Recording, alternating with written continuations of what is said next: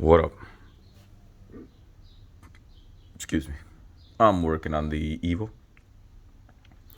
And it is extremely difficult not to admire these cars for what they are. I mean, of course, the side skirts, the wheels being so wide from the factory.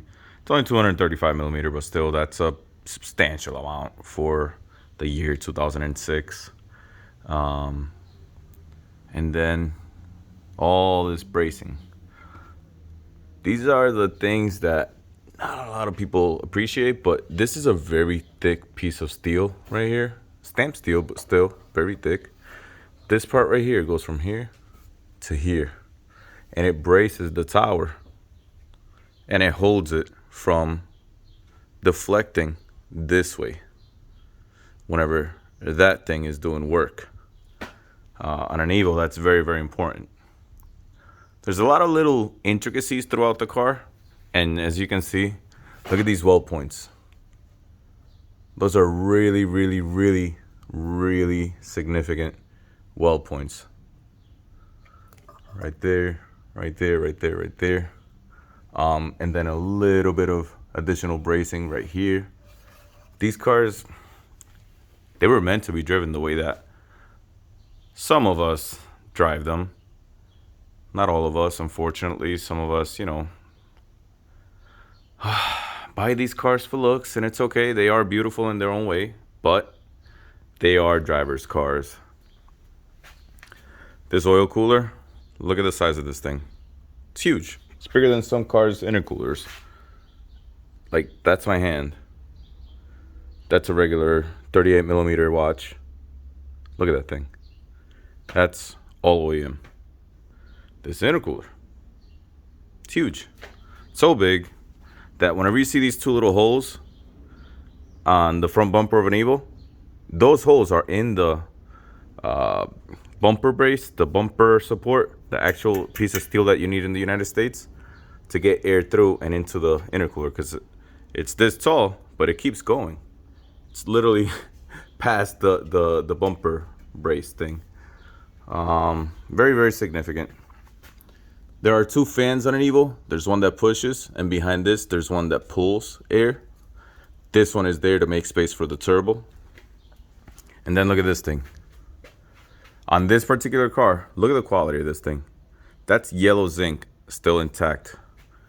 All that yellow zinc. All that. All that. All that. Look at these bolts and screws. That still has the yellow zinc. This car is immaculate. It's crazy. It's literally a gem. Diamond in the rough is, to say the least. I am incredibly thankful to having literally, I don't know, this thing just fell on my lap, to be honest. I did not pay a lot of money for it. I paid a reasonable and substantial amount of money, but it wasn't a gift, obviously. And it wasn't what it should have been because the car is in incredible shape. I mean, I keep showing you guys the wheels just because I love them. But look at this. Those are the transmission bolts. That's white zinc, still intact. That's the 6-speed. This is the heat sink for the 6-speed. That's how they are. Look at that. More yellow zinc, more yellow zinc. Look at that boost solenoid. You see all the yellow zinc on it still? It's crazy. Car's immaculate. Zero rust anywhere. Zero. Absolutely zero. That plate for the starter, it's always rusted. Nope, not here. The yellow zinc on that cover for the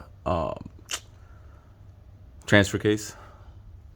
And nice little Easter egg. A lot of people forgot that these existed. These lower subframe braces. These two. See them? 1, 2. They're still here. Even with a 3-inch aftermarket downpipe. This is one of the really high quality ones that are made very, very well and specifically made to fit the OE. This is I think D2 or DC2, something like that, or DC something. I'm not sure. We have the original oil temperature gauge for the OEM gauges, which is awesome to see. These used to get installed at the dealership, so it's gonna vary how they're installed. You can barely see it, but the no lift kit brake duct air guides, they're all there. And like if you look through here, look at this. Yellow zinc, super clean structure. You have the green E-coat still on the pipes. That's the radiator. Look at that. All this stuff is in immaculate shape. This is the inner bracket for the radiator support. That's the radiator support right there. That thing is usually always rusted, even if it's just like a little bit. This car, nope. And it's like that all throughout. It's just incredible shape. It's awesome.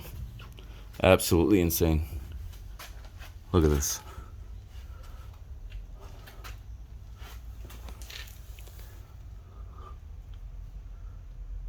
Those things there, it's hard to show it, but those are called the dog legs, I guess, something like that. I think they call them. I call it rear unibody structure supports, rear unibody rails.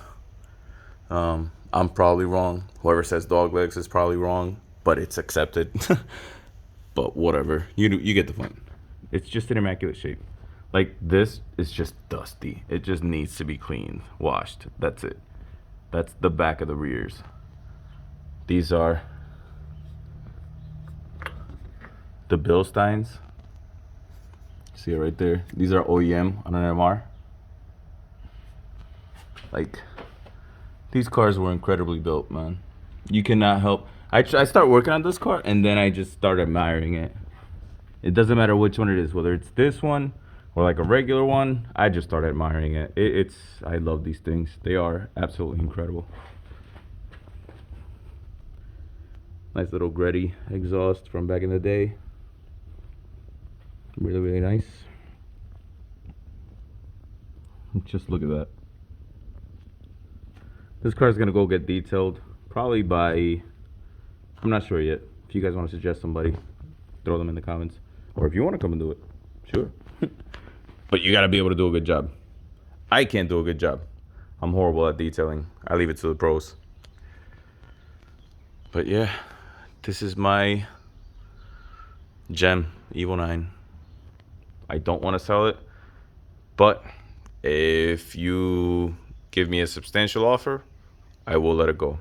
But the offer has to be substantial. This is not a gift. I didn't buy it and I didn't work on it to give it away. A lot of people are upset right now at the listing. There is a listing active. Some of you have seen it. I'm sorry. I'm just not giving it away. It's not a gift. This is an incredible, incredible, incredible car. And once it's all assembled, you'll see. And once you see the professional pictures that my photographer, Mr. Nick Slush, CT, Connecticut Cool Cars or Cool Car CT on Instagram. Once you see that gentleman's pictures, everybody's gonna, as always, love the car. A lot of likes, a lot of shares, a lot of activity, a lot of engagement. And then everybody's gonna be like, wow, we could have bought that for X amount of money. Yes, you could have. But you gotta make the substantial offer now. Not after I finish it. Because after I finish it, I'm gonna be selling a finished product. And you can't expect a finished product to sell for the same price that an unfinished product is gonna sell for.